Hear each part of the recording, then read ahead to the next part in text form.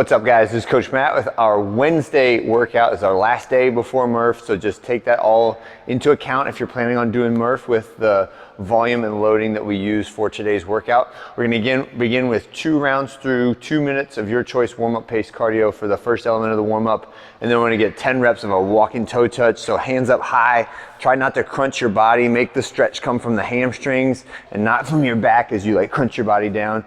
But torso upright, chin up away from your chest as you do those walking toe touches. Then we're gonna get our reverse lunge and hamstring reach. So I'm gonna step back, nice long step back, and then use the front foot to push me back as I reach forward towards that toe, and then rock forward and back up. Switch legs, big long step back, use that front foot to push me back into that bottom position, and then rock forward and up. Okay.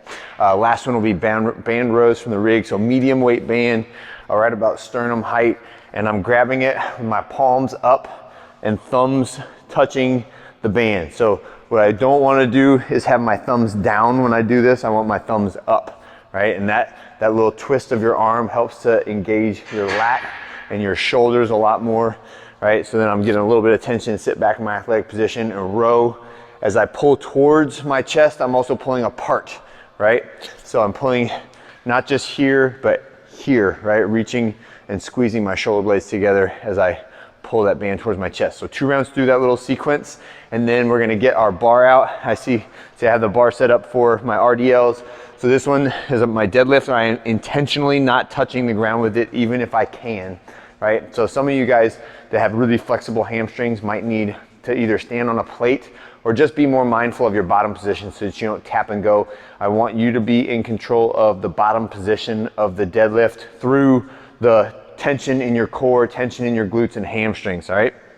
So a lot of times on our conventional deadlift, you know, the first rep of a set of 3 is always the hardest rep because you got to break contact with the ground and build that momentum. And then after that, rep number 2 and 3 are a little bit easier because you're using that elastic rebound of the weights on the ground. So we're taking that away when we do the Romanian deadlift, and I want you to be in control of that bottom position. So stop at that stretch point and then squeeze and stand back tall. So make sure that we're not going down and like bouncing off your spine at the bottom of that movement, but you're intentionally stopping it using the muscles that are supposed to be resisting that movement, okay? So RDL is the name of the exercise, and it's just a high hip deadlift. My legs don't bend that much and I don't touch the ground, right? And then I'm just standing and putting it back in the rack at the end of the set.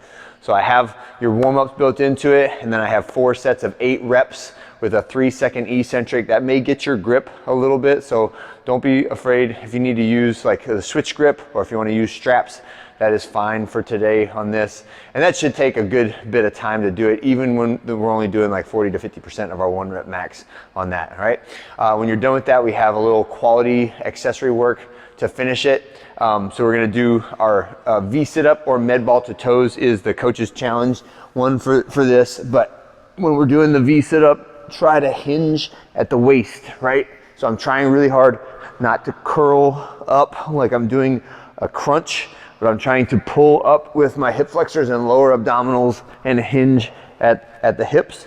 All right, after that, I got my single leg deadlift using a moderate weight, but keeping the torso in line with the leg that's moving and trying to have a lot of tension in that back leg that triggers the engagement of the muscles in my back, and then finish off with Captain Morgan or just our side plank. So the Captain Morgan is really the coach's challenge element of this one. If you would like to just do a 30-second side plank, that's fine. The Captain Morgan is top foot in front, and then I'm just marching high knee on the top, high knee on the bottom for 12 steps on each side. So get through that sequence, and then there's a short cool down sequence after that, and that will prime us and get us ready for Murph on Thursday.